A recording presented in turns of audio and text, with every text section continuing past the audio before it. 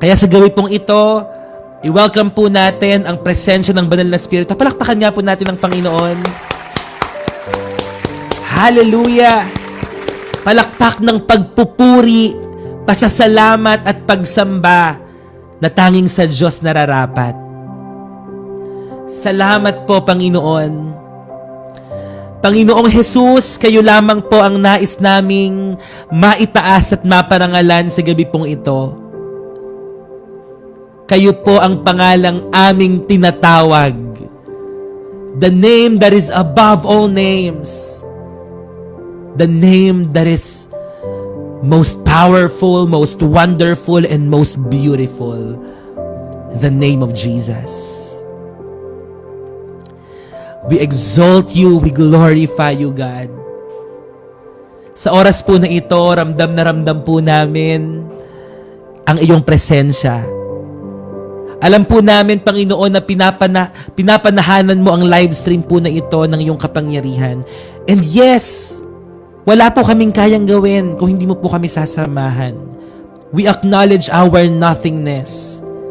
We acknowledge, Lord, na kulang po kami kung wala po ang iyong pagsama.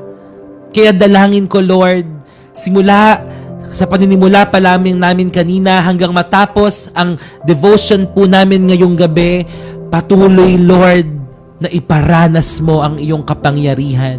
Iparanas mo ang iyong kaluwalhatian sa lahat ng mga taong nangangailangan, Panginoon, sa iyo ngayong gabing ito. Maramdaman po nila ang malakas mong pagkilos. Hindi ko po sila kilala lahat, but you know them, Lord, by name. And you are the only God, Panginoon, who can help them, who can transform them, who can change that situation where they are in, O God. Pinapanalangin ko po at itinataas sa iyo ang mga taong ito, Panginoon. Dalangin ko po, dakilang Diyos, na maranasan ka po nila. Naranasan ka ng mga taong ito. We are not here for fame. We are not here for wealth, for money. We are not here for anything else, Lord. But we are here just to lift up your name, Jesus. Just to lift up your name. Hayaan mo, Panginoon, na ang mga taong ito na nagnanais na maranasan ka, iparanas mo sa kanila ang iyong presensya. Maranasan po nila ang iyong nag-uumapaw na pag-ibig sa pangalan ng aming Panginoong Jesus. Maghari ka at manahan ka sa aming mga buhay. Panginoon, hindi ko po alam ang mga pinapanalangin po nila, but Lord, you know what's in their heart, Lord. Alam mo ang iniiyak nila sa iyo araw at gabi. Maaring ito ay kagalingan, pagpapala, kalakasan, pabor. Ano man ito, Panginoon, I declare and I speak Jesus in all circumstances, in all their situations. I pray healing, Panginoon, sa lahat ng may sakit at karamdaman. I speak peace and joy sa lahat ng mga taong dumaranas, nagsasuffer sa anxiety and depression. I speak favor sa lahat ng magtitake ng board exam, sa lahat na may mga examination, sa lahat na nag-a-apply ng trabaho, ng visa approval. I speak favor, Lord, upon them in Jesus' name. Hallelujah. And I speak miracle sa lahat ng mga hindi magkaanak, sa lahat, Panginoon, na may mga hinihingi sa iyo, Panginoon, na himala. I speak miracle, Lord. And we speak the name of Jesus sa bawat sitwasyon po namin ngayon. Maraming salamat, dakilang Diyos, sa aming pong pag-aaral ng iyong mga salita. Dalangin ko po, patuloy po kayo magpakahayag, Panginoon. Hayaan mo, dakilang Diyos, na ipaunawa mo po sa amin ano man ang iyong mga nais na sabihin, Panginoon. Dalangin ko po na maging maliwanag sa amin ng lahat. At kung kami man po ay matatamaan, kung kami man po ay ma-offend, let it be, Lord. Kung ito naman po ang magbabago sa amin, kung ito naman po ang magiging dahilan para po makatanggap kami sa iyo at makita namin ng katotohanan, malaman namin ng katotohanan, Lord, let it be, Lord. In Jesus' name. Kung ma-offend po kami, at least nalaman namin ng katotohanan. We will not sugarcoat your word. Kung ano po ang sinasabi mo, yun po ang susundin po namin, Panginoon. Tulungan mo po kami na maging maliwanag sa amin ang lahat ng iyong mga salita. In Jesus' name. Maraming salamat po. Take full control of everything. Panginoon, i-anoint mo po ako, ang iyong lingkod, ang bawat isa, ang bawat puso. Holy Spirit, be our teacher for today, for tonight's devotion. Kayo po ang manguna sa amin, magpakahayag po sa amin. At sa lahat po ng mga first-timers na sa unang pagkakataon ay nakasama namin, we speak blessing, Lord, sa kanila. Dalangin ko po na ito ang maging simula, Panginoon, ng kanilang pagkilala at paglalim sa iyo. Hindi aksidente why they are here. Hindi aksidente bakit napadaan ang live na ito sa kanilang feed. I pray, O God, mangusap ka, baguhin mo sila, pagpalain mo po sila, Panginoon, in Jesus' name. Hayaan mo na makasama namin sila ngayong gabing ito at sa mga susunod pang mga araw, Panginoon, kayo po ang kikilos sa kanilang mga buhay. Hindi ko sila kilala, pero alam mo ang sitwasyon nila, alam mo ang buhay nila, alam mo ang kabigatan nila. And tonight, Lord, sinasabi mo sa bawat isa sa amin, come to me. Come to me, lumapit kayo sa akin, all you who are weary and burdened, and I will give you rest. Sa lahat po na nagdanais ng kapahingahan, hindi natin makikita sa mundong ito, tanging sa Panginoong Hesus lamang. Kaya lumapit ka sa ating Panginoon. Maraming salamat, Lord, pinagkakatiwalaan na po namin sa iyo ang lahat. Magpadala ka ng maraming mga tao na may iba't ibang mga pagsubok sa live stream na ito, Panginoon. At ikaw, Panginoon, ang magiging kasagutan, kasapatan at katiyakan po namin. Sa iyo namin mainam na binibigay at binabalik ang lahat ng papuri, pagsamba at pasasalamat. Ito po ang aming sama-samang panalangin sa pangalan ni Jesus at ang lahat po ay magsabi ng malakas na Amen. Amen and Amen. Praise God! Palakpakan po natin ang atin pong Diyos na buhay. Hallelujah! Praise God. God is good. Muli po, magandang gabi po sa bawat isa po sa atin and welcome po sa atin pong evening devotion. So, we are doing this po every day, daily, umaga't gabi, nag-aaral ng salita ng Diyos. Amen? At ngayon po, gusto lamang po nating i-welcome ang lahat ng atin pong mga first-timers. Sino po dito ang sa unang pagkakataon ay napanood at nakita ang live stream po na ito?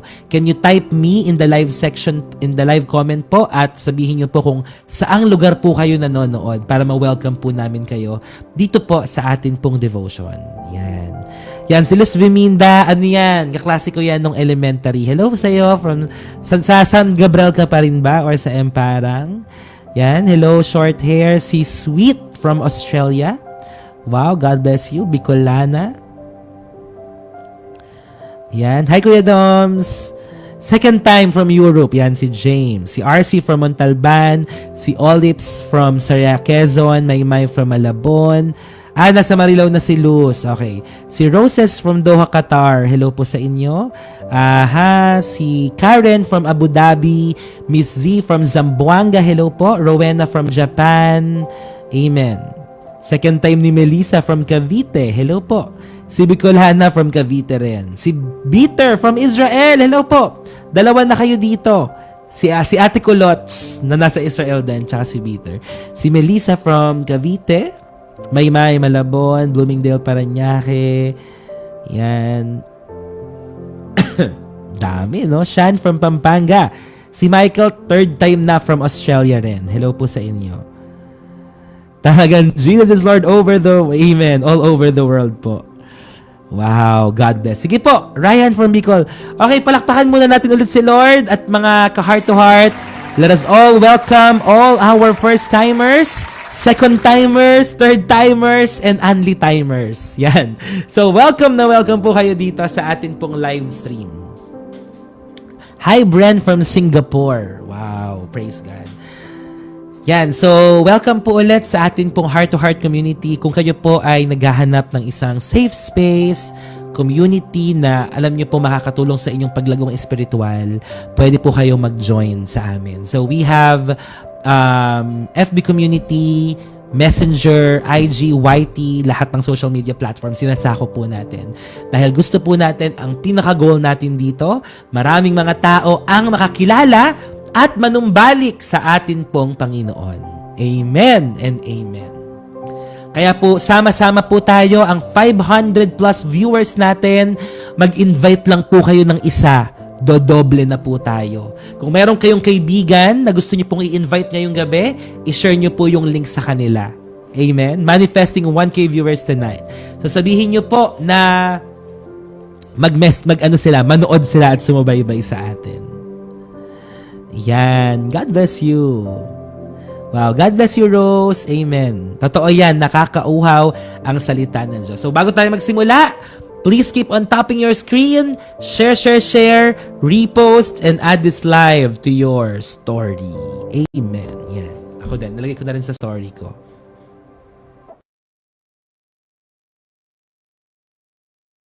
Pas, nakakapagsalita na po kuya ko. Salamat po sa panadinig panalangin ko. Wow! God bless you. Lai, God bless you.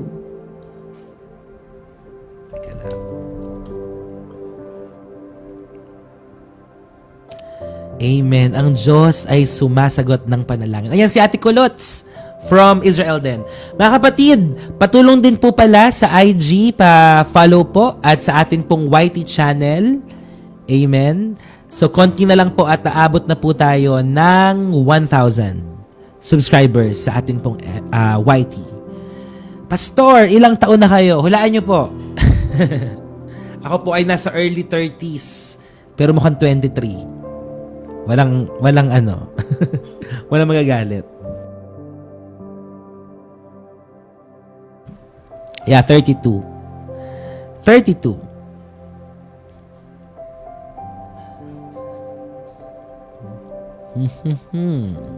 Second time. Okay. Praise God.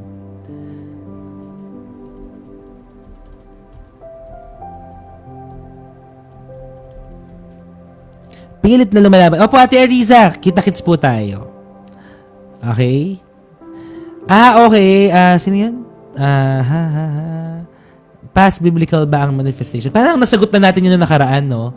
Parang biblical ba ang manifestation? So, hindi siya biblical actually. Okay? Hindi biblical ang manifestation. Kasi ang biblical ay pananampalataya at pagtitiwala. At syempre, pagsuko ng atin pong kalooban sa atin pong Panginoon. Sige po, go. Follow nyo lang po ako dyan. Thank you, Michael. Ang cute naman nun. Parang, for the pusa. God bless you, Sir Michael. God bless you po. Kasi ang manifestation, di ba, parang sinasabi niya na, manifesting na mangyayari sa akin to. Parang makikiayon ng lahat ng mga planeta or mga universe, etc. Di ba? Parang you claim it, you believe it, and it will happen. Pero, kanino ang sentro? Kanino ang sentro? Hindi sa Diyos. Di ba?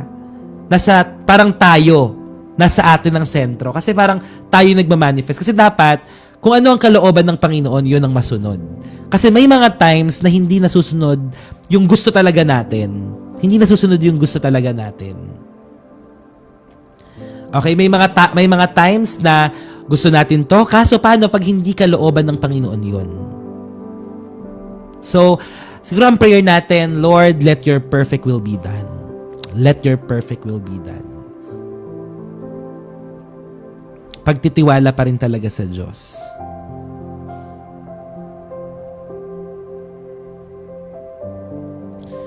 Yan. Siguro yung manifesting, parang depende kasi sa pagtanaw mo yan eh. Pwede nagma-manifest ka and you believe, di ba? Kunwari, naniniwala ka na mangyayari talaga to. Siguro ang tamang term for us is you have faith. Yun na lang.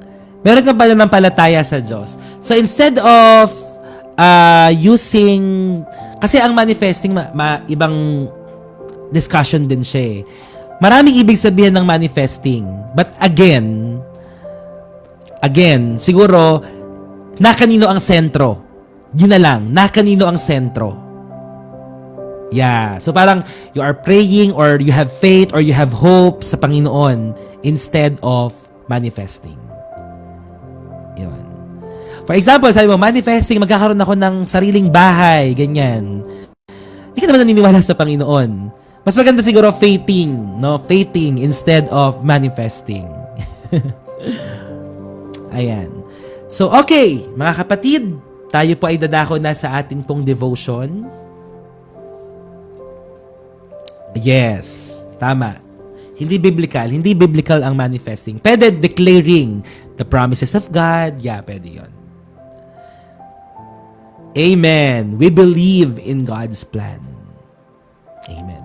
Okay, so ngayon po, sa pagkakataon pong ito, dadako na po tayo sa ating pong devotion. At ngayon ay nasa Genesis chapter 19 na po tayo. Genesis chapter 19. Ito na. Grabe, Genesis chapter 19 na po tayo agad, no? Nakaraan parang Genesis chapter 1 lang, ngayon nasa 19 na po tayo. At maganda po itong topic na pag-aaralan po natin. And tonight, ako po muli ay magiging inyong professor. Okay? So magtuturo po ulit ako sa inyo. At nawa po, sa atin pong pagtatalakayan, mabuksan ang atin pong mga kaisipan sa lalim ng kanyang salita. Okay? Palagi nating naririnig ang Sodom at Gomorrah kapag pinag-uusapan ang LGBT, di ba? Sodom at Gomorrah, gugunawin, kagaya ng Sodom at Gomorrah, etc. But, tonight po, mas palalimin pa natin. Mas palalimin pa natin. Excited na po ba kayo ngayong gabi to listen and meditate the Word of God? Okay? So ito po mga kapatid, I will not sugarcoat everything. Mas okay na pong masaktan kayo o ma-offend kayo sa mga sasabihin ko. Because sometimes truth hurts. And as we are reading the Word of God po, meron talaga mga pagtatama at correction sa atin. So like ko sinasabi dito, bato-bato sa langit ang tamaan magpatama at ang mga tatamaan ay magbago. Yan naman po, no? Pagbabago talaga. So, yeah, we are all excited. Ang gamit ko po ay New Living Translation. Okay, so ang title ng ating pag-aaralan ay ito po. Escaping Compromise and Choosing Salvation. Escaping Compromise and Choosing Salvation. Hindi napipin ngayon na, kaya makinig po kayo. Kaya sa lahat ng mga keyboard warriors, patulong po ulit. Okay, mabilis ang kamay sa pagtatype. Thank you po. Escaping Compromise and Choosing Salvation. Yan. Thank you so much po.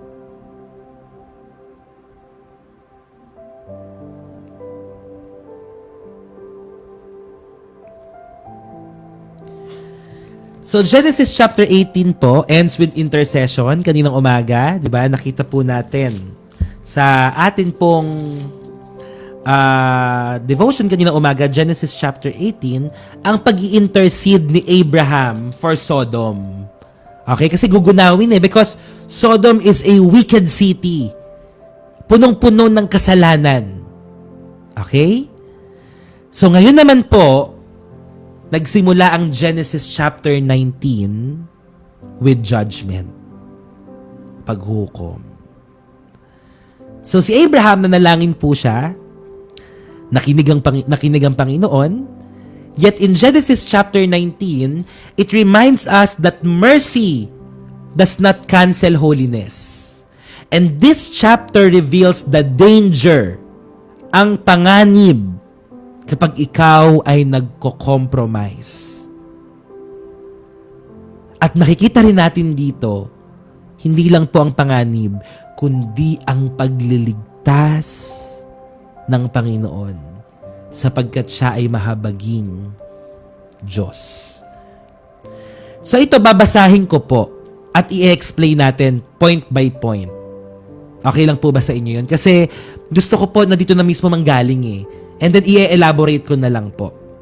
Okay? I-elaborate ko na lang. So, siguro magkaroon muna tayo ng, biblical insight sa Genesis chapter 19. So, ang Sodom po, it represents a culture of moral corruption. moral corruption. Ibig sabihin, talamak na ang korupsyon, ang kasamaan, and they are spiritually blinded. Wala na sa kanila. Napakasasama na ng mga tao dito. Wala na sa kanila ang kabanhalan. Hindi sila natatakot na gumawa ng kasalanan. And even si Lot, na nephew ni Abraham, kahit siya ay tinawag na righteous, sa 2 Peter chapter 2 verse 7, siya pa rin po ay nabuhay kasama ng mga makasalanan. So God sent angels to rescue, not to destroy Lot. Ganun, tingnan nyo ang kahabagan ng Diyos. Na kahit ganun ang nangyari kay Lot, pinili pa rin niyang iligtas at hindi sirain or patayin itong si Lot at ang kanyang pamilya. So ito pong Genesis chapter 19 will teach us that living near sin o ang mabuhay ka ng malapit sa kasalanan, it dulls our spiritual sensitivity. Alam niyo po, may mga tao na naging normal na sa kanila ang paggawa ng kasalanan. Matakot ka kapag ganon. Alam niyo kung anong dapat katakutan?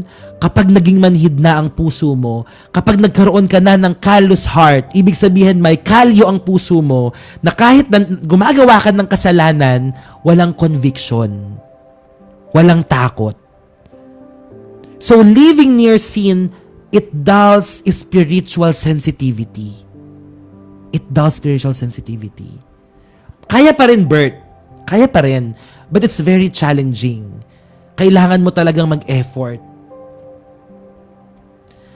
So makikita natin dito na kahit ganon, na sobrang dull na yung spiritual sensitivity, tingnan nyo po, but God's mercy still reaches the willing heart. Alam mong kailangan lang natin gawin, umamin ka at maging willing kang magpabago sa Diyos. Sabi ni Bert, mahirap na yun di ba? Mahirap talaga. Pero ang kailangan mo, willingness. Willingness to be transformed by God. Tingnan mo, pansinin mo yung sarili mo. Kapag nung ikaw ay bagong Kristiyano at nakagawa ka ng pagkakasala, ang bilis mong nagre-repent. Pero habang tumatagal ka, at mas mahirap kapag nag-swimming ka na sa kasalanan, nabuhay ka na sa kasalanan, ang hirap para sa'yo. Para kang nakalubog sa kumunoy. Na parang hindi ka makaalis, hindi ka makawala-wala. Kasi nga nagdal na yung spiritual sensitivity mo. Pero ngayong gabi, gusto tayong i-encourage ng Lord. Inaabot niya pa rin. Gusto ko mabasa natin lahat to. Gusto ko na sa pag-aaral natin ngayong gabi, mabuksan ang ating mga kaisipan na kahit gaano ka lumayo sa Diyos, na kahit gaano makasalanan ng mga ginagawa mo, may pag-asa pa. At iniaabot ng Diyos ang kanyang kamay sa iyo. Iniaabot ng Diyos ang kanyang kamay sa iyo, kapatid. Basahin po natin at pag-aralan po natin. Amen. Point number 1. Compromise weakens spiritual discernment. Compromise weakens spiritual discernment. Yes, number 1 pa lang, Pam.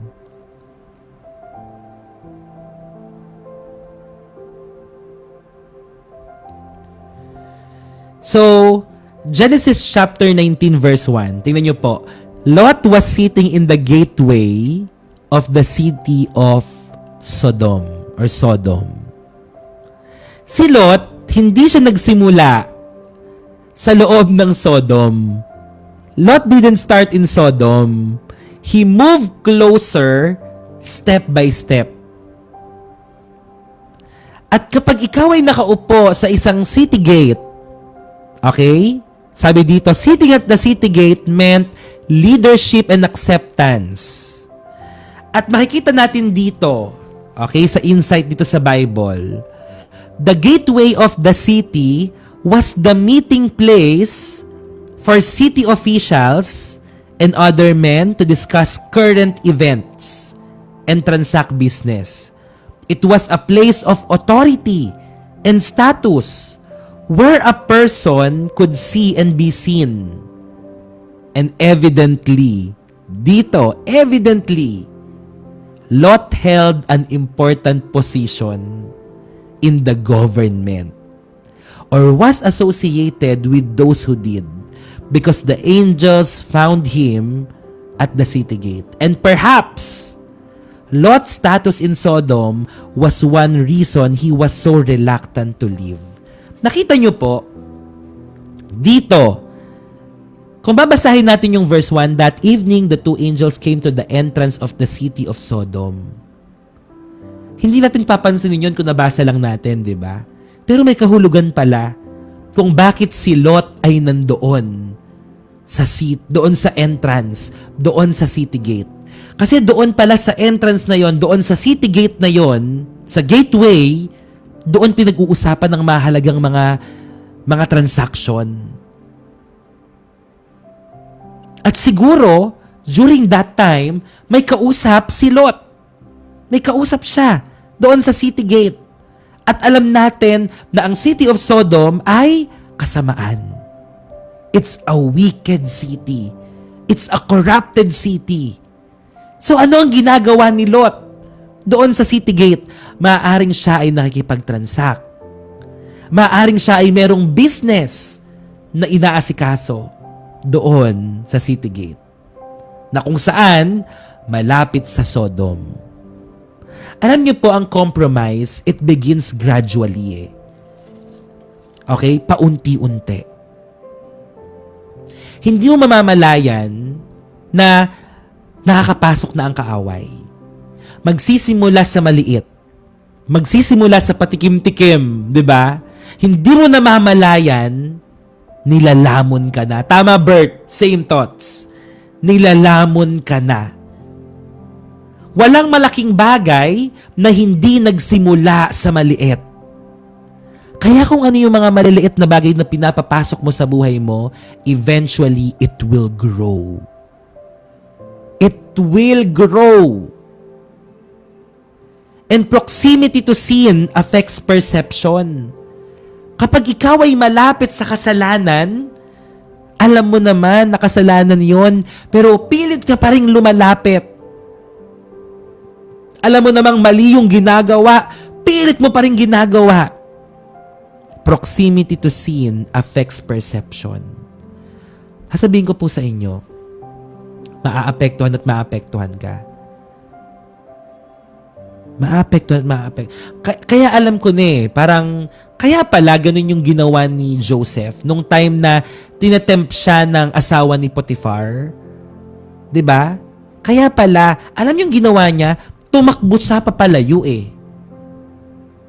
Tumakbo siya papalayo. Kasi kapag malapit ka sa tukso, for example, alam mo na matetem ka, lumapit ka pa. Ano ine-expect mo?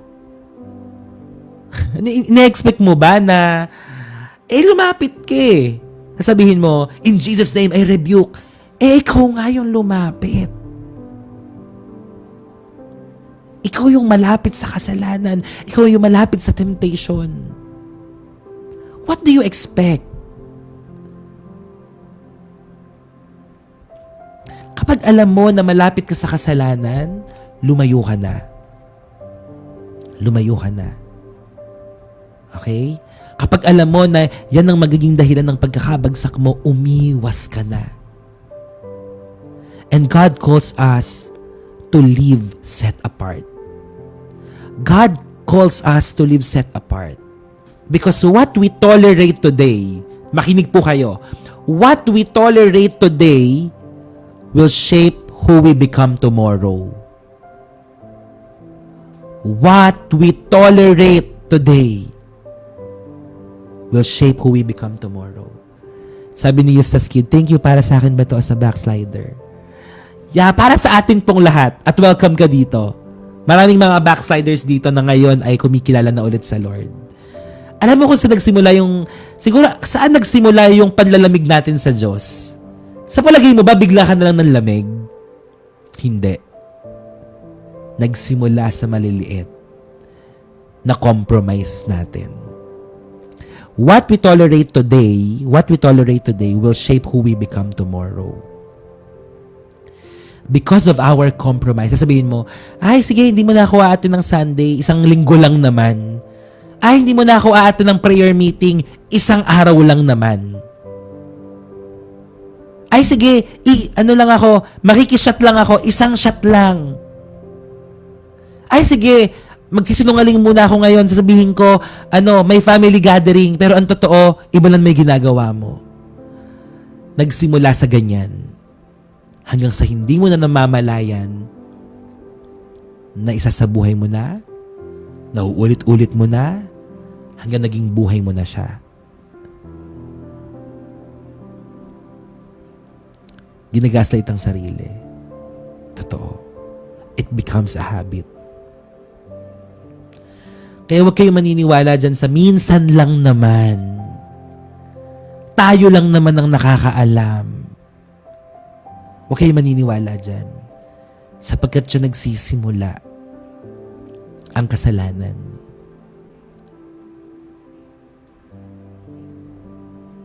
Diba? Sa maliliit na bagay, nag-snowball effect siya, lumaki siya, hanggang di mo namamalayan, ang layo-layo mo na sa Diyos. Ang layo-layo mo na. Because you tolerated those things to happen. Wag nating pakinggan yung maliliit na tukso na yan.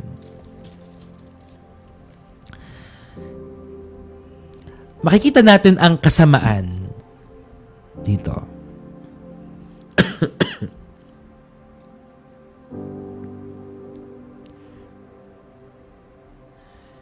Gaano kasama ang city of Sodom? Gaano kasama?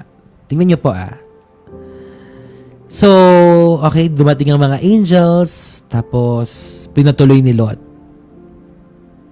Okay? At sabi ng mga angels, magstay na lang daw sila doon sa city square, sabi ng mga angels. Pero sabi ni Lot, so at last they went, nag-insist si Lot, nag-insist siya, na doon sa bahay magtumuloy. So at last they went home with him. Lot prepared a feast for them, complete with bread, fresh bread made without yeast, and they ate. Tingnan niyo po kung gaano kasama. But before they retired for that night, all the men of Sodom, young and old, yes, lalaki po si Lot, lalaki siya, young and old, came from all over the city and surrounded the house.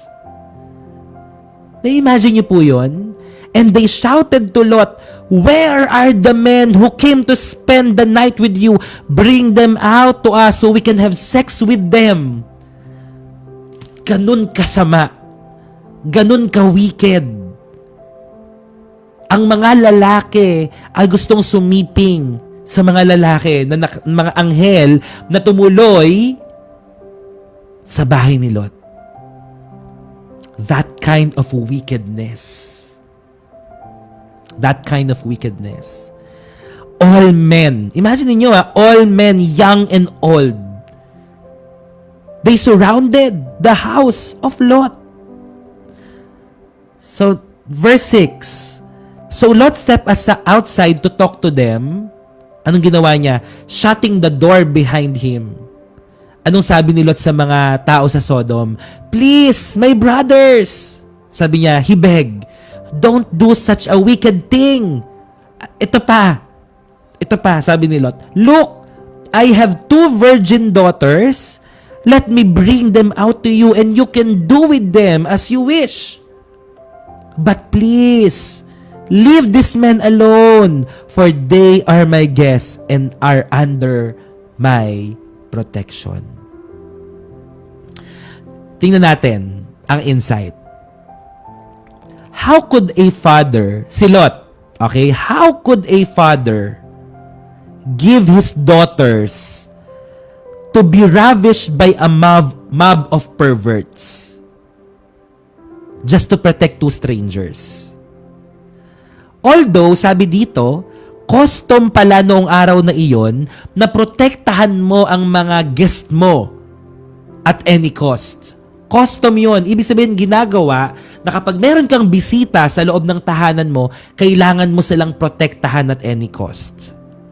But this terrible suggestion reveals how deeply sin had been absorbed into Lot's life. Pero nakita natin dito, nilamo na rin ng kasamaan itong si Lot. Bakit? Bakit? Kasi nagawa niyang ibigay. Kung ikaw ba ay tatay, ibibigay mo ba yung mga anak mo doon sa group ng mga perverts na yon? Ibig sabihin na apektuhan na rin ng kasalanan itong si Lot. Kaya nagawa niyang ibigay at ipagpalit ang kanyang mga anak. Parang binugaw niya talaga yung mga anak niya dun sa mga tao na yon. He had become hardened to evil acts in an evil city. Grabe, no? Ganon yung nagawa niya. Kung ano man ang motibo ni Lot, we see here an illustration of Sodom's terrible wickedness. A wickedness so great that God had to destroy the entire city. Ngayon, alam nyo na po, sobrang sama ng mga tao during this time. And we cannot compromise. God is a holy God. At kahit na pagbali-balik na rin po natin, ang kasalanan ay mananatili pong kasalanan. Alam niyo yung panalangin ko, there are so many people na ina-address ang kasalanan, kaso the way they addressed, it's so disrespecting, walang compassion, walang respeto. I pray na dito sa community po natin, yes, we address. Pwede po kayo mag-open. Kung may mga kasalanan kayo nagagawa, umamin po tayo sa Panginoon. Kung gusto niyo may mapagsabihan, nandito po ako. Pwede po kayo mag-open. Kung nakagawa kayo ng mga kasalanan in the past, sabihin niyo lang po. And I am here just to listen. And if you need advice, bibigyan ko po kayo. But the advice po, hindi galing sa akin, kundi galing sa salita ng Diyos. Sin is sin. At hindi po yun magbabago. Tiisan na lang po natin. Kasi ang pinakamahalaga, hindi naman yung satisfaction natin sa mundo eh. Kundi sa yung makarating tayo sa Panginoon. Saglit lang po tayo mabubuhay sa mundo eh. 'Di ba? Siguro, kapag ikaw talaga tumatayo ka sa tama, mababash ka. Tama? Mababash ka eh. Siyempre, hindi lahat. We cannot please everyone. Kahit kayong mga nandito, maybe may mga tinatamaan ngayon sa topic natin, di ba? Pero kailangan ituro. Hindi para i-destroy kayo, kundi malaman po natin, may pag-asa pa. May pag-asa pa. Pwede pang manumbalik sa Diyos. Pwede pang magbago ang buhay. Pwede pang ayusin ang mga maling nagawa. Kailangan nating mapakinggan and we cannot sugarcoat the Bible. Marami nagsasabi at nagtatanong, paano po yun? Okay lang po ba na LGBT po kami? Ganito, bla bla bla bla bla. God loves all people. God loves all people, but He hates sin. And because we are doing mga sexual immorality or sexual immoral things, doon nababahiran ang kabanalan ng ating pong Panginoon. So I pray in the name of Jesus na yung compassion at pagmamahal ng Panginoon ang siyang magpabago po sa atin. Ang siyang magpabago po sa atin. Hindi ko po kayo kinokondemn. And even God cannot condemn. Pero hindi pwedeng pagsamahin ng holiness ng Lord. Hindi pwedeng pagsamahin ng kasalanan at ang kabanalan ng Diyos. Hindi siya pwedeng mag-coexist. Hindi pwedeng mabahiran ang kabanalan ng Diyos ng ating mga kasalanan. So I pray po, again, this is not to condemn sino man sa atin. Hindi para sirain tayo. Gusto ng Diyos, mapalapit tayo. Magbago po tayo. Magbago po tayo.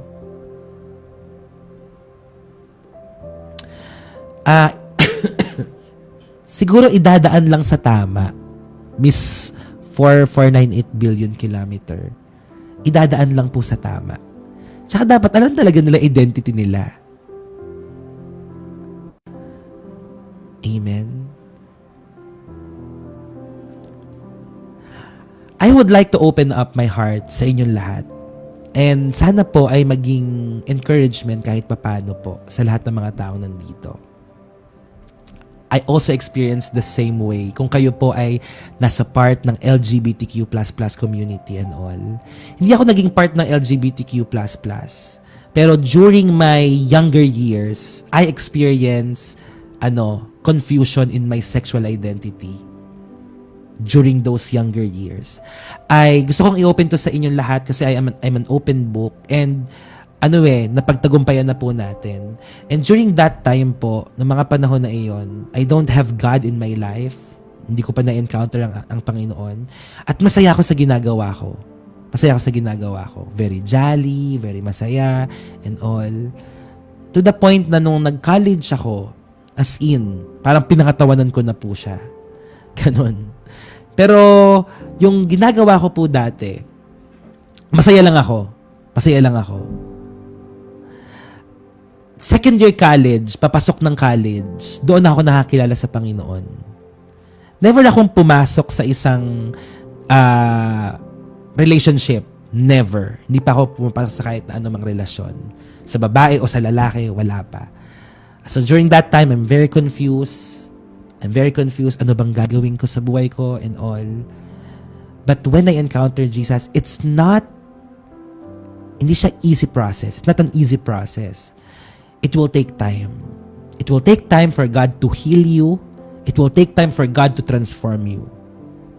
Dadating ka sa mga pagsubok. And kaya ako nag-open up sa inyong lahat kasi gusto kong sabihin sa inyo na may pag-asa at kaya ng Panginoon magbago ng buhay.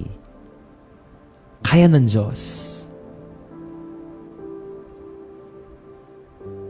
Kaya ng Panginoon. So yun po. That's my story. Ganun po ako. At dalangin ko sa atin din pong lahat, meron din, may mga tao din po na dumaranas ng ganito. Pakausap niyo sila sa akin. Gusto ko silang payuhan. Kung may mga anak kayo, kung meron kayong kaibigan, hindi natin sila i-discriminate. Hindi natin sila i-condemn. May mga iaayos lang. May mga itatama lang. Hindi mo naman sila mababago at hindi mo sila makokontrol eh. Ako wala naman nagsabi sa akin, ganito gawin mo, magpakalalaki ka and all, blah blah blah. Wala nagsabi sa akin nun. Kasi even my parents, they know. Alam nila at supportive pa nga sila ata sa akin dati. Hindi naman nila ako pinapagalitan or ano. Pero nagbago sa akin si Lord eh.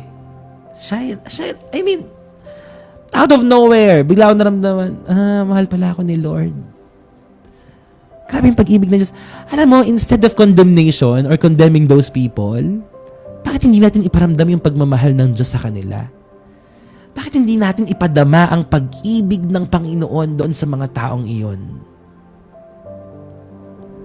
Kasi sa totoo lang, ang Diyos lang ang kayang magbago. Ang Diyos lang ang kayang magbago. Amen. Kasi ako, hindi ko naramdaman yung condemnation sa Lord. Salamat po, salamat. Thank you, Erin Zoe. God bless you.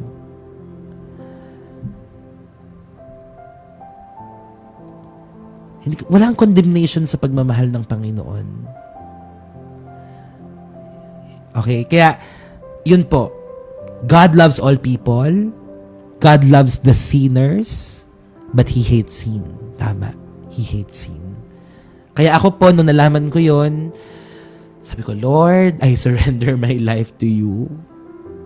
Binibigay ko po sa iyo ang akin pong buhay. Kayo na po ang bahala sa akin. Amen. At yun po yung gusto kong sabihin sa lahat. Yes, we are standing on what is right. We are standing on what is biblical. And again, hindi pwede mag-coexist ang holiness ng Lord at ang kasalanan po natin. Okay, hindi pwede. Banal po ang Diyos. Banal po ang Diyos.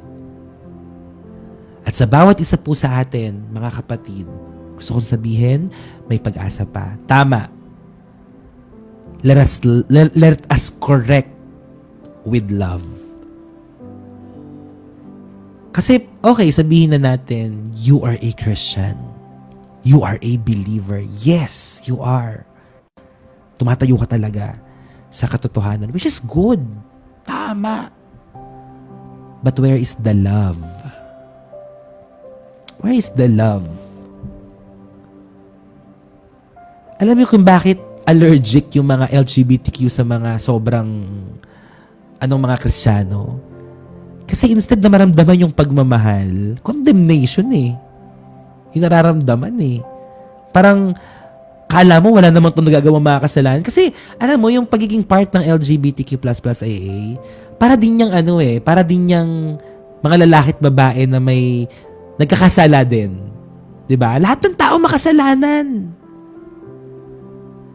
Lahat ng tao makasalanan. Hindi lang LGBTQ++, mga sexual activity na ginagawa. Even mga straight na babae at lalaki, lahat ay nagkasala.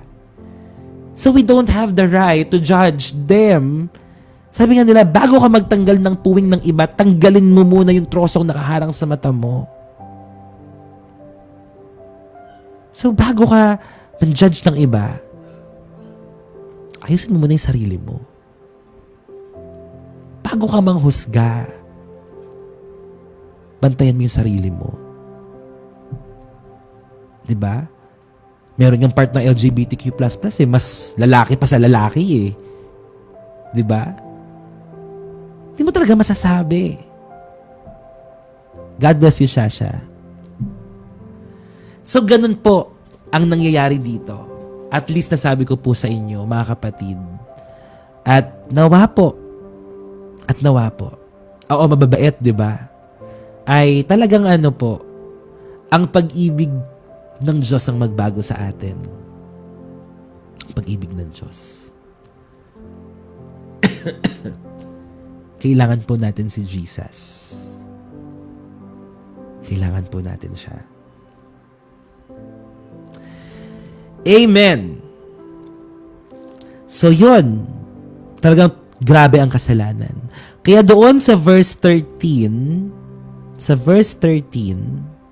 for we are about to destroy this city completely. Completely. I love you din po, Tita Marlene. God bless you. Grabe, no? Very open talaga ako sa buhay ko eh. Wala akong tinatago. Ganito rin ako sa church. They know my story. Alam nila lahat.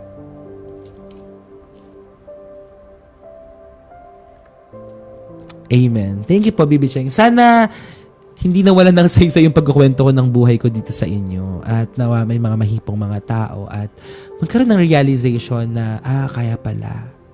Pwede palang magbago. Okay lang, Shasha. Sino to? Sally. Sino tong Sally? Hi po. Tita Sally. Hello. Sino po tong Tita Sally?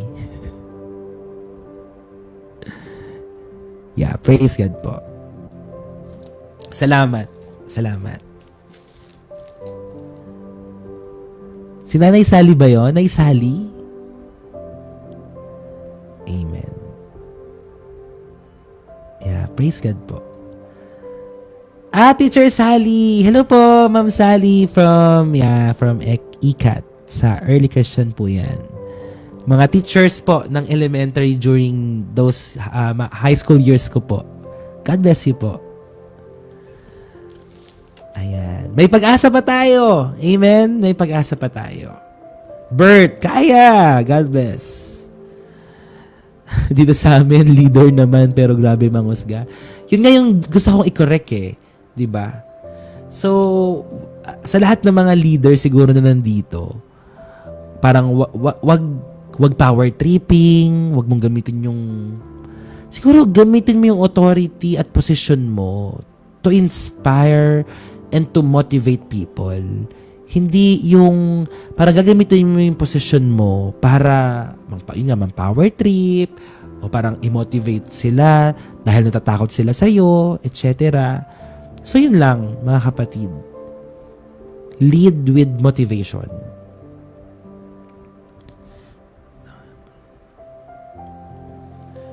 Okay? So, ano na tayo? Number 2. Medyo mahaba-haba talaga to kasi talagang nangyari dito eh. So, God has promised, di ba? Doon sa kaninang umaga natin, not manipulation. Kaninang umaga, nag-pray nag-intercede si Abraham. Di ba? Nag-intercede siya. God bless po, Maria Juvie Morelada. God bless po. Nag-intercede siya na, Lord, 50. Pag may nakita kang 50 sa Sodom, gugunawin pa ba sila? Sabi ni Lord, siyempre hindi ko gugunawin. Paraphrasing Lord, paano kung 45? O sige, hindi ko gugunawin. Okay, 40. Okay, 30, 20. Hanggang naging 10. Imagine niyo po, 10. God had promised to spare Sodom if only 10 righteous people live there. Kung merong 10 na matutuwid doon po sa bayan ng Sodom. And obviously, walang 10. Walang 10 matuwid sa city of Sodom, kaya siya destroy completely. Okay, walang natagpuan. Sadly, no?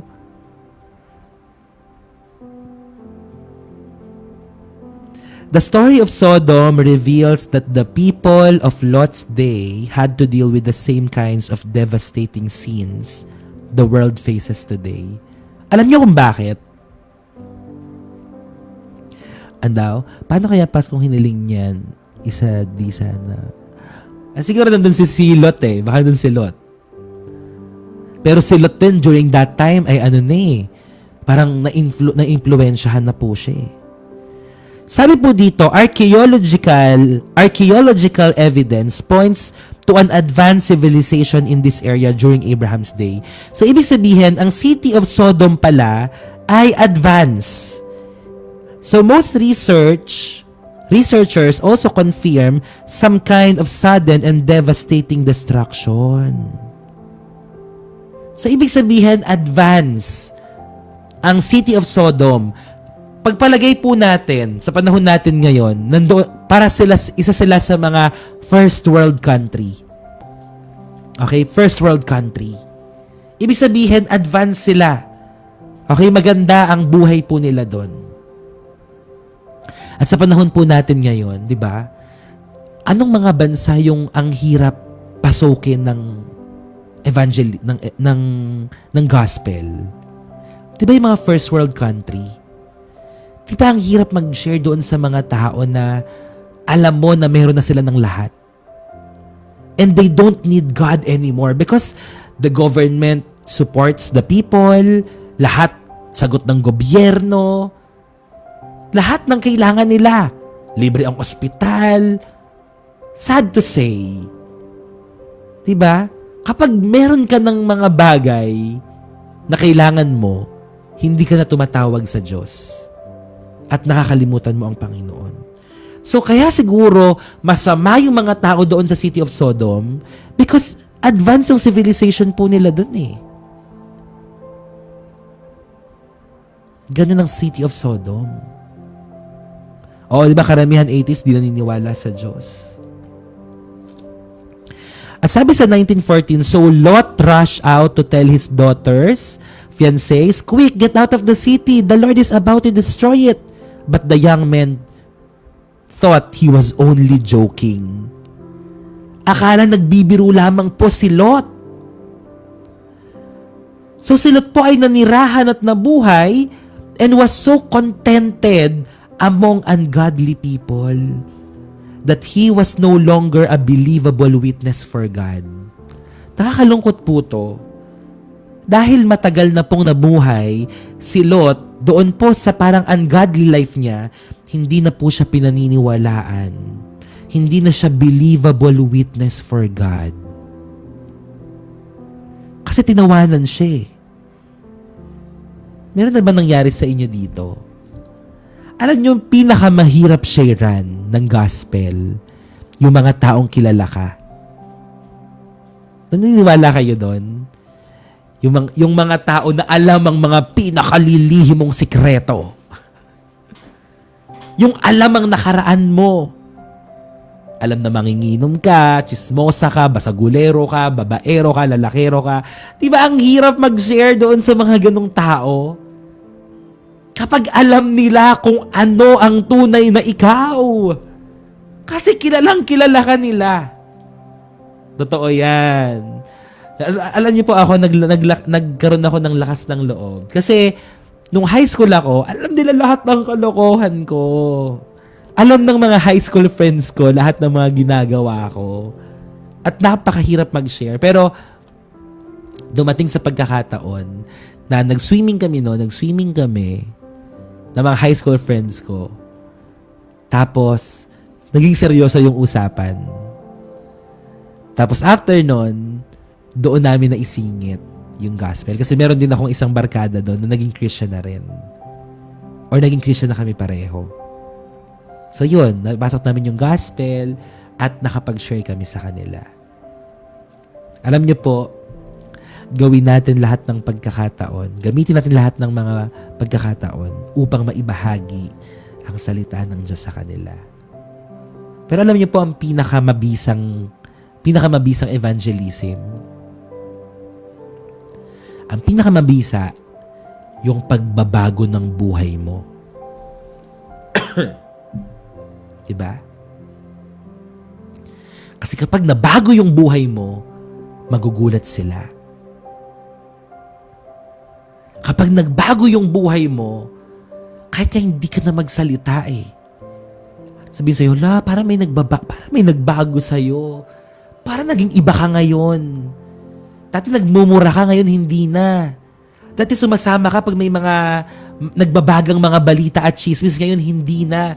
Dati kasama ka nakaupo sa mahjong, sa bingo, o kung saan man. Ngayon, hindi na. Kasi binago na tayo ng Panginoon. Amen? Baguhin mo. Magpabago ka sa Lord. Magpabago ka sa Lord. Amen? Amen. Kasi si Lot, nakakalungkot man, hindi na siya believable witness. Kasi ang tagal niyang nanira, naging kontento na siya. He had allowed his culture to shape him. Rather than shaping his culture. Do those who know you see you as a witness of God? Ito ang tanong. Yung mga nakapalibot ba sa'yo, alam ba nila na born again Christian ka? Alam ba nila na believer ka? Alam ba nila na follower ka ni Lord? Yun na lang. Alam ba nila na follower ka ni Jesus? Or are you just one of the crowd? Are you just one of the crowd?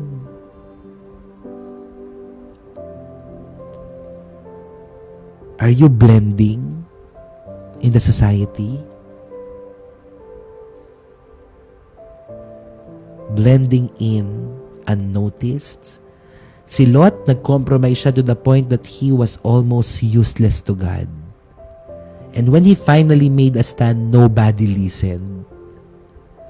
Sana wag pong dumating sa punto na kapag ginagamit ka na ni Lord, yung walang believe sa'yo yung mga tao, yung hindi sila naniniwala sa'yo, kasi masyado kang naging ungodly yung mga practices mo.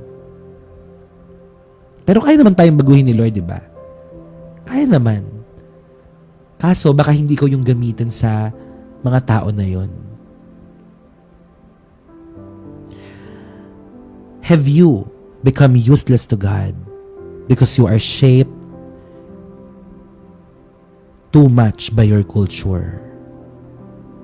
To make a difference, you must first decide to be different in your faith and in your conduct.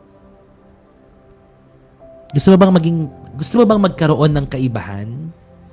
Maging example ka muna. Okay?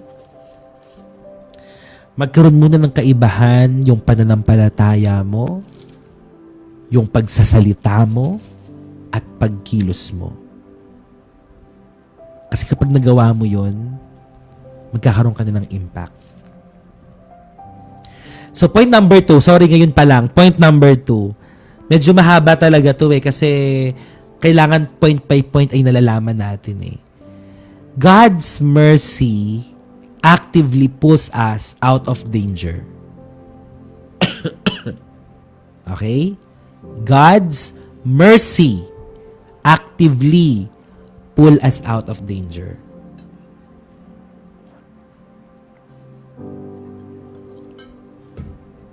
God's mercy actively pulls us out of danger. So Genesis 19:15 to 16. Basahin natin. Genesis 19:15 to 16. At dawn the next morning, the angels became insistent. Sabi ng mga angels kay Lot, "Hurry," they said to Lot.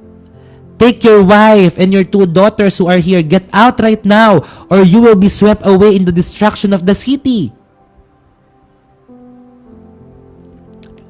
Okay? And verse 16. Ito napakaganda nito. Makinig kayong maigi. Verse 16. When Lot still hesitated, the angel seized his hand and the hands of his wife and 2 daughters and rushed them safety outside the city, for the Lord was merciful. Iniabot ng mga anghel ang kanilang kamay at, "Tara dito! Hurry! Bilisan nyo!" Kaya yung God's mercy actively pulls us out of danger. Hinihila ka ng Diyos. Sa oras na ito, ang tinig na ito at ang mensaheng ito ay humihila sa atin upang hindi tayo mapahamak. Sabi po sa 2 Peter chapter 2, 2 Peter chapter 2, verses 7 to 9. The Lord knows how to rescue the godly from trials. The Lord knows. Alam ng Panginoon kung paano kanya sasagipin diyan sa mga trials na yan ng buhay mo. Psalm 34 verse 19. Psalm 34 verse 19. The righteous person may have many troubles. Sino dito may mga problema sa buhay? Sino dito may mga troubles? Sino dito may mga trials sa buhay? Para sa iyo to. Psalm 34:19. The righteous person may have many troubles, but the Lord delivers him from them all. Palakpakan natin si Lord. But the Lord delivers him from them all. Kaya kang i-deliver ng Lord. Kaya kang i-deliver ni Lord. Si Lot po nag-hesitate pa eh. Diba nag-ano pa siya, parang nagdalawang isip pa siya. Hindi niya maiwanan, masyado siyang na-attach sa city of Sodom. Nag-hesitate pa siya. Alam mo yun, kapag na-attach ka sa isang bagay, o na-attach ka sa isang kasalanan, o sa mga gustong-gusto mo, ang hirap kumawala eh. Ang hirap umalis, di ba? Pero, ang habag ng Panginoon, mas grabe humila sa atin. Mas grabe humila sa atin ang habag ng Diyos. Kahit nag-hesitate si Lot, umakto pa rin ng Panginoon. And mercy sometimes looks like being forcefully rescued. Di ba may mga pagkakataon na hindi mo alam kung Bakit biglang nawala sa'yo yung isang opportunity o bigla kang nawala sa isang sitwasyon na gustong-gusto mo? Hindi ibig sabihin nun na tinanggal ka. Ang ibig sabihin nun, niligtas ka. Amen. Forcefully rescued. Hindi ka tinanggal para sa wala lang. Tinanggal ka para iligtas ka.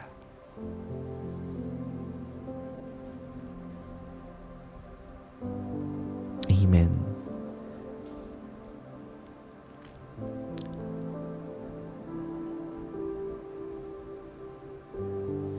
Yeah, God bless you, Zendaya. Inaalis tayo sa maling sitwasyon para masalba tayo sa kasalanan. I agree. Nakakilabot. Ilang beses ka nang tinanggal ng Diyos sa mga maling sitwasyon. Diba? God's mercy, ang habag ng Diyos, it pursues us even though sometimes we are reluctant. Kahit minsan nagdadalawang isip ka, gagawin ko ba? Susunod ba ako? Magpapatuloy ba ako? Pero ang mercy ng Lord, pinopurso tayo. And we thank God for that persistent grace. We thank God. Hindi ka sinukuan ng Diyos, no? Hindi tayo sinukuan ng Diyos. Siguro, pwedeng sabihin ni Lord, sige, diyan ka na, Lot. Ayaw mo pa, ha? Diyan ka na. Makulit ka? Diyan ka. Sige, mapahama ka. Ang dami ng time na niligtas ng Panginoon si Lot. Diba na ano na siya? Binihag na siya ng mga kaaway nila King Kedorlaomer. Ang kulit-kulit ni Lot. Diba? Pwede yung sabihin na, sige, diyan ka na. Kulit mo eh. Meron ba ditong makulit? Na paulit-ulit? Pero tingnan nyo po napakaganda ng illustration dito eh. Napakaganda. Sa verse 16, the angels seized his hand and the hands of his wife and the 2 daughters. Notice how God's mercy toward Abraham. Alam niyo kung ba't nangyari to? Alam niyo kung bakit? Dahil nag-intercede si Abraham. Pakpakan natin si Lord. Nag-intercede si Abraham prior to chapter 19. Sa chapter 18, nag-intercede kasi siya. At imagine niyo po, yung panalangin ni Abraham ang sumagip kila Lot. Napaka-powerful ng prayer, no? Sa lahat ng mga prayer warriors, kita nyo kung paano nagliligtas ang Diyos. Kita nyo ang pagkilos ng Panginoon, ang pag-iingat ng Diyos. Kapag ikaw ay nag-intercede para sa pamilya mo, for example, may anak ka, mag-i-school, may anak ka magtatrabaho, o umaalis ang mister mo, bilang isang nanay na maiiwan sa bahay, o kung ano man ang magkaiba man, kung tatay man yung nasa loob, o kung sino man, kapag ikaw ay nanalangin, parang mayroong invisible na protection yan na bumabalot sa mga tao na pinapanalanginan mo. At ang pag-iingat ng Diyos, ang pagpapala at pabor ng Diyos ay mararanasan nila. Ako po, kung ba't ako ganito ngayon, I believe, kasi yung nanay ko intercessor eh. Kasi yung nanay ko mananalanginin siya. So I believe ako ay produkto at bunga ng panalangin. Kaya kayo po, every time na lalabas, aalis ng bahay, o kung saan man pupunta ang inyong mga pamilya, o kahit ikaw, manalangin ka. Magpabago ka, magpabalot ka ng banal na dugo ng Panginoon, because prayer is so powerful. And you interceding for your family, loved ones, our community, and our nation, it is very powerful. Amen? Grabe. Notice how God's mercy toward Abraham extended to Lot and his family. Amen. Because Abraham had pleaded for Lot. God was merciful and saved Lot from the fiery destruction of Sodom. A righteous person can often affect others for good. Huwag kang magsawang manalangin. Lagi ko pong sinasabi sa inyo na matatakbuhan ng mga tao ang pangangaral natin. Kapag nag-a-advise ka, kapag pinapagalitan mo, kapag pinapangaralan mo, pero ay hindi nila kayang takbuhan at takasan ang panalangin mo. Kahit nasaan sila, hahabulin sila ng panalangin mo. Kaya kung meron kang isang bagay na dapat ginagawa at hindi mo kinakalimutan, ang mag-pray. Pray for yourself, for your family, for your loved ones. Okay? Panalangin mo sila. Ipanalangin mo sila. Sapagkat hindi mo alam sa panalangin mong yan, nililigtas sila ng Diyos. Kaya kahit hindi pa mananampalataya, sabihin mo, ikaw lang yung believer sa family nyo. Tapos yung asawa mo hindi pa, yung anak mo hindi pa, darating din yun. Huwag kang magsawang manalangin. Huwag kang magsawa. Okay? So grace sometimes drags us away from destruction. Grace sometimes drags us away from destruction. And point number 3 na po. Yan, point number 3 mga kapatid. Habaan na natin ngayon kasi bukas na umaga wala po tayo Pero magpe-pray ako sa inyo bukas. Magla-live pa rin ako para lang po ipag-pray po kayo. Pero wala muna tayong devotion kasi alam niyo na bilang barangay kagawad at konsihal na tapat sa kanyang tungkulin mag-duty. Nasa barangay po ako bukas. Okay? Pero magpe-pray pa rin po tayo sa umaga. Magla-live ako saglit. Okay, Ken. Hello. Ganun pa rin po. Siguro mga 7 or mas maaga siguro kasi maaga ako aalis. Chat ko na lang po sa GC. So, number 3. Looking back reveals an unreleased heart. Okay? Looking back reveals an unreleased heart. Isa pa sa mga hindi malilimutang kwento dito sa chapter 19 ay nung ang asawa ni Lot ay naging pillar of salt. Nakakalungkot. Kasi ano bang sabi dito ng mga angels? Okay, basahin natin. Sabi dito sa verse 17. Makinig po kayo. When they were safely out of the city. Imagine niyo po nakaligtas na. Out of the city na sila. One of the angels ordered, run for your lives and don't look back. Don't look back or stop anywhere in the valley. Escape to the mountains or you will be swept away.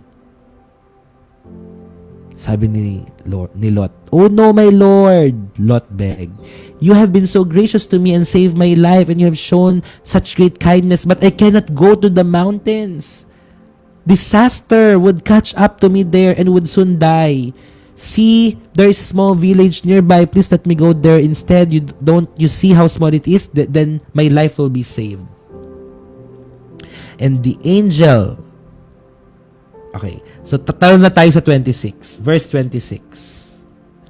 But Lot's wife, verse 26, but Lot's wife looked back as she was following behind him, and she turned into a pillar of salt. Naging pillar of salt. Ang asawa ni Lot. Sabi po sa Colossians chapter 3 verse 2. Colossians 3 verse 2. Set your minds on things above, not on earthly things. Nakakahinayang, totoo Bert. Alam mo kung bakit? Ligtas na sila eh. Safely out of the city na sila. Yung asawa po ni Lot, Lot's wife, left physically. Yung katawan niya nakaalis sa city of Sodom. But sad to say, not emotionally. Ang puso ng asawa ni Lot ay nanatili sa city of Sodom. Kaya siya napalingon. Alam niyo po ang salvation, ang kaligtasan. Salvation requires full surrender and not partial obedience. Full surrender and not partial obedience.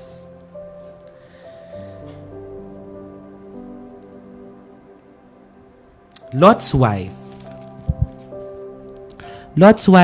turned back to look at the smoldering city of Sodom, clinging to the past. She was unwilling to turn completely away. My question for you, brothers and sisters, are you looking back longingly at sinful pleasures and relationships while trying to move forward with God? Baka sumusunod ka sa Diyos pero nakalingon ka pa rin dun sa dati mong buhay. You cannot make progress with God as long as you are holding on to pieces of your old life. Jesus said it this way in Matthew chapter 6 verse 24. Ano ang sabi sa Matthew 6:24? No one can serve two masters. No one can serve two masters. Naglilingkod ka nga sa Diyos, ang puso mo naman nandoon sa iba. Nakalingon ka pa rin sa dati mong buhay.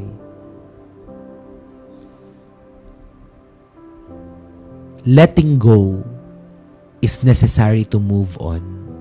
Meron ba nagmo-move on na inaalala mo pa rin? Yung mga, tinitin mo pa rin yung mga pictures yung mag-ex, di ba, yung ex mo?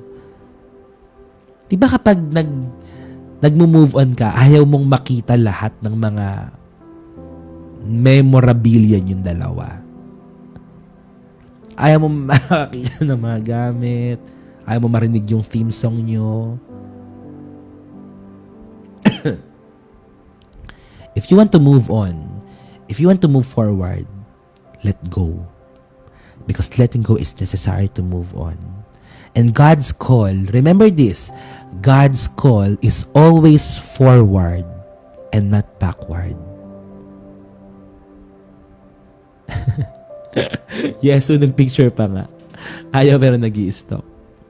So God's call is always forward and not backward. Okay? So you cannot move forward while holding on to what God told you to leave.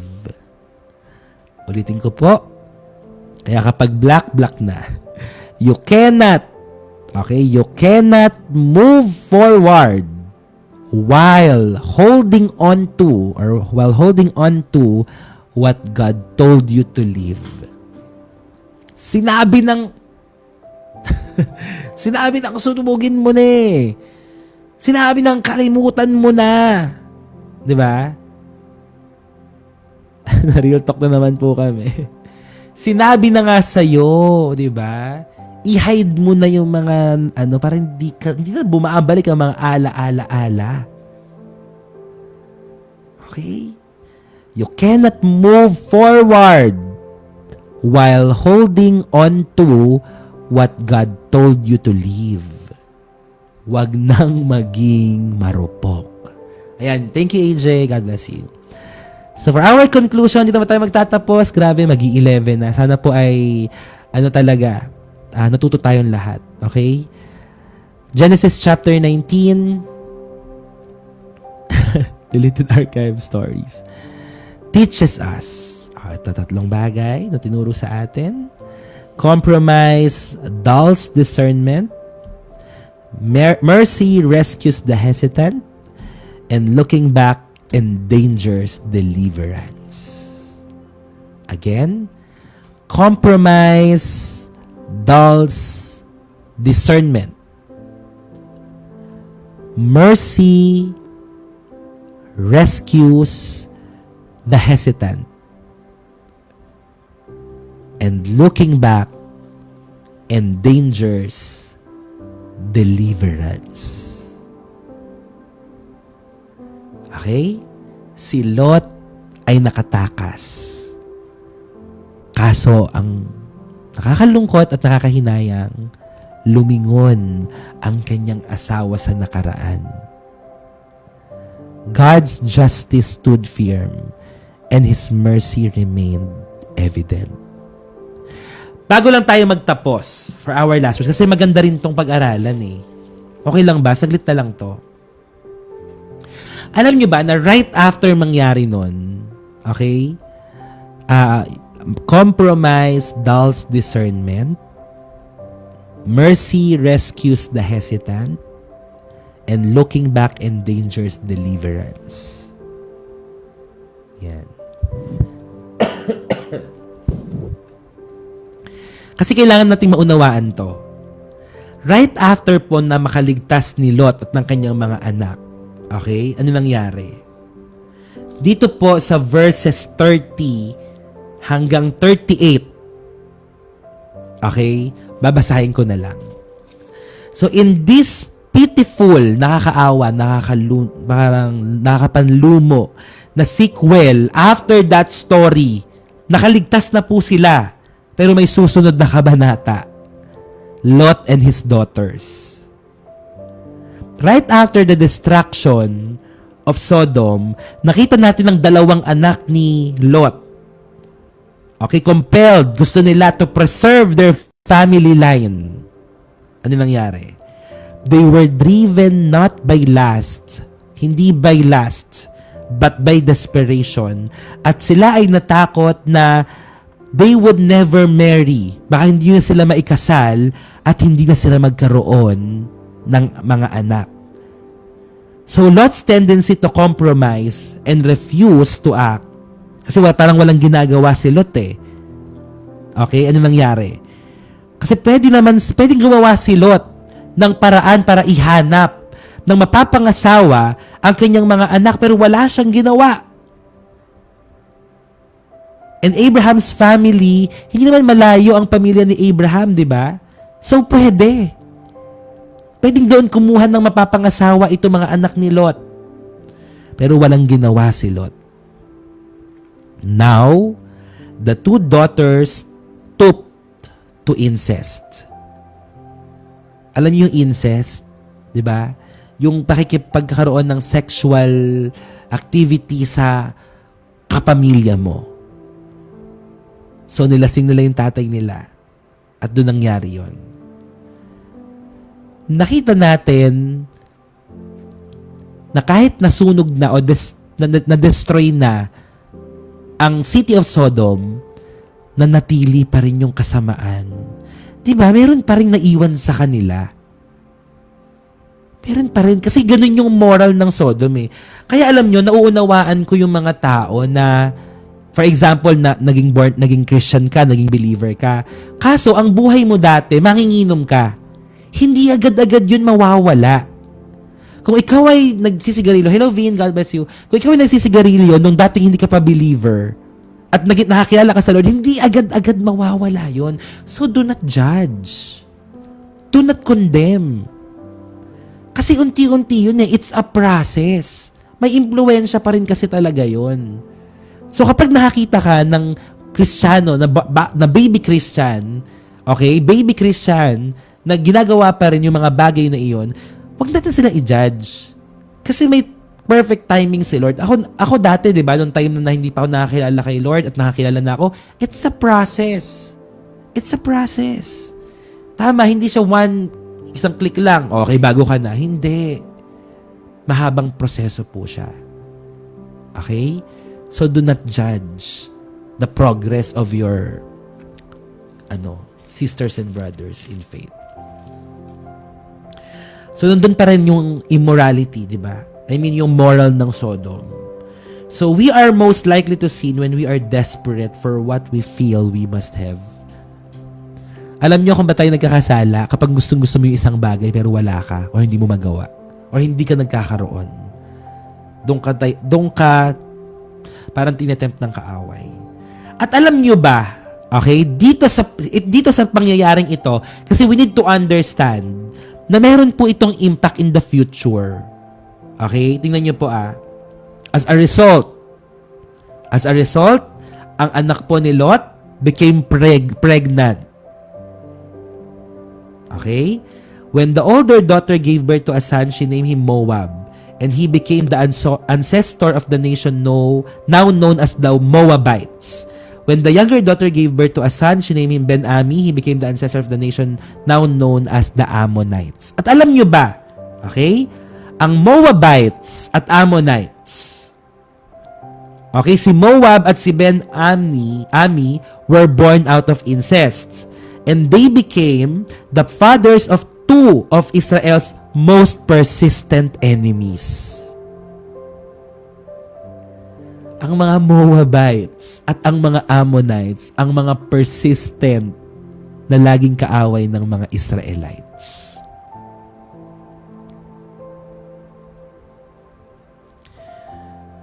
Grabe, no?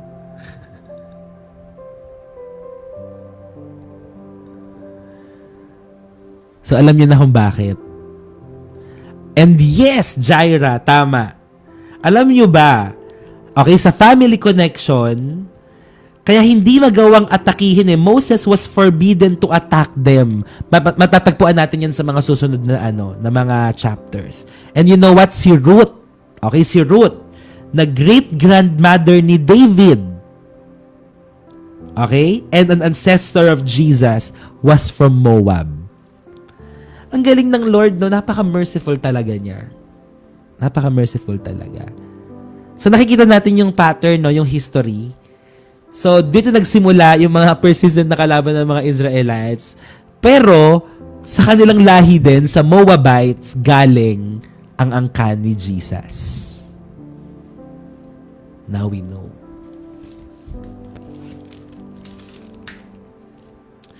So, yun. So, for our conclusion po and the last words, okay, ang ganda po nito. Sulat niyo po. Salvation is not just leaving sin o pag-alis mo sa kasalanan. Salvation is not just leaving sin. Hindi ka lang aalis sa kasalanan. It's leaving the love of it behind.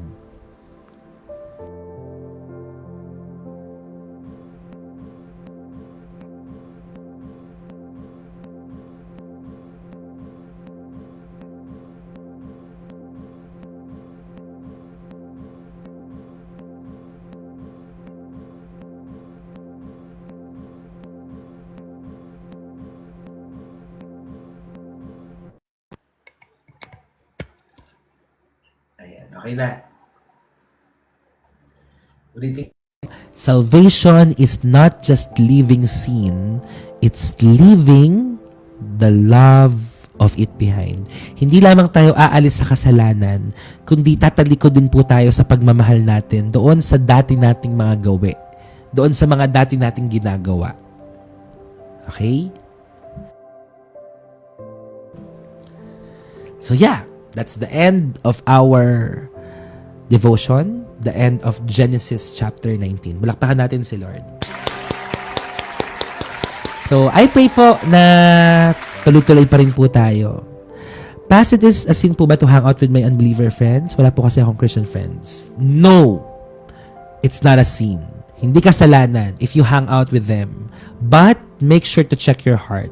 Ikaw dapat ay makisama lang at hindi makisama sa mga ginagawa nila. And make sure, hindi ikaw ang naiimpluwensyahan, dapat ikaw ang nakaka-impluwensya sa kanila. To the point na madala mo sila sa Panginoon. Okay. So, hindi siya kasalanan. Okay, so, yun. Praise God. God bless us all po. Ako po sa JIL Bunlu po ako uma-attend. Okay, so yeah. Tama yun. Guard your heart. God bless you, not me. Micaela, God bless you. Opo. So, yun po. Mag-pray muna po tayo before we end. And I hope talaga and I pray na marami tayong natututunan bawat araw na tayo ay magkakasama po dito.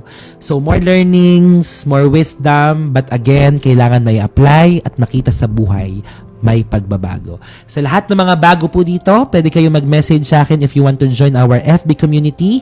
And you may also subscribe sa atin pong YT channel. You may also follow me on FB, on IG, sa lahat ng mga social media platforms.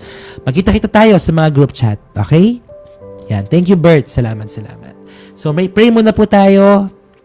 Medyo ginabi lang po, pasensya na. Pero sana po ay gising na gising pa rin tayo lahat. Yeah, sa lahat ng mga first-timers, again, welcome po sa inyong lahat. Okay, join lang kayo. Ha? Join. Feel free to join. Lahat welcome to join. Yeah, God bless us all po. So, pray na po tayo. Hallelujah, Lord. Thank you, Jesus. Dakilang Diyos, kami po ay nagpapasalamat sa isang makabuluhang gabing ito, Panginoon, na muli mo po kaming ginather upang mag-aral po ng iyong mga salita. Dalangin ko po na hindi mawalan ng saysay ang amin pong ginawang pag-aaral sa lahat ng napagbulay-bulayan po namin, Panginoon. Nawa po ito ay maging lesson po sa amin, Panginoon. At maging realization po sa amin that truly God, you are a merciful God. Pero hindi pwedeng magsama ang kabanalan at ang kasalanan. You are merciful, you are a loving God, but also, you are a just God. You love the sinners, but you hate sin. And this is the reality, Lord God. Nagpapabago po kami sa inyo. Alam namin makasalanan po kami. Alam namin, Panginoon, that we are not perfect. But Lord, we thank you, God. Dahil sa amin pong palaging pag-aaral at paglapit sa iyo, Panginoon, there is something changing talaga sa amin, Panginoon. Na kahit kami po, hindi namin ma-explain kung ano yung nagbabago sa amin. But one thing, Lord, is for sure. Every day, binabago mo po kami, Panginoon. Kaya, Lord, hayaan mo po na sa bawat oras na inilalagi namin, Panginoon, sa live stream po na ito, patuloy po kayo magpakahayag, Panginoon. Hindi po mawala yung passion. Hindi mawala yung desire. Kahit sa akin, Panginoon, ako rin po ay estudyante mo. Ako rin po ay nag-aaral ng iyong mga salita. Huwag pong mawala yung passion to preach the gospel. Huwag mawala yung passion to listen to your word, to your voice, Panginoon, to do our devotion, Lord, in Jesus' name. Palagi kayo, Panginoon, marinig namin ng tinig mo, mag-reveal kayo sa amin, Panginoon, at patuloy mong palaguin ang aming espiritual, Panginoon, na buhay at pagkilala sa iyo. Maging ang community po na ito, ang heart-to-heart community, I pray, Lord God, you bless this community, you anoint every members, all our family, Lord God, lahat ng mga ginagamit mo, mga mission partners, intercessors, lahat, Panginoon, ng mga moderators, lahat ng mga followers, viewers, Lord God, lahat ng mga actively and inactively engaging, Lord God, I pray that you bless them, kahit ng mga silent viewers, Lord God, whoever they are, bless them, indeed, in Jesus' name. Maraming salamat po. Give us a good night rest. I-restore mo lahat ng mga nawalang kalakasan sa amin, Panginoon. At lahat ng mga nagbigay, lahat ng mga nagbigay ng pagpapala, ibalik mo sa kanila 1,000-fold in return. We are the head and not the tail, Panginoon. Kami po ay lubos mong pagpapalain and you will give us, Lord, the ability and the wisdom for us to be able to produce wealth, O God, in Jesus' name. Walang anak mo na magdarahop, walang anak mo na maghihirap, walang anak mo, Panginoon, na hindi makakaranas ng pagpapala at himalang nagmumula po sa inyo. Salamat sa gabing ito. Pinagkakatiwala po namin sa iyo ang lahat-lahat. Maghari ka sa amin pong mga buhay. Simula ngayon at magpakailanman. Ito pong aming panalangin sa pangalan ni Jesus. Lahat po ay magsabi ng Amen, Amen, and Amen.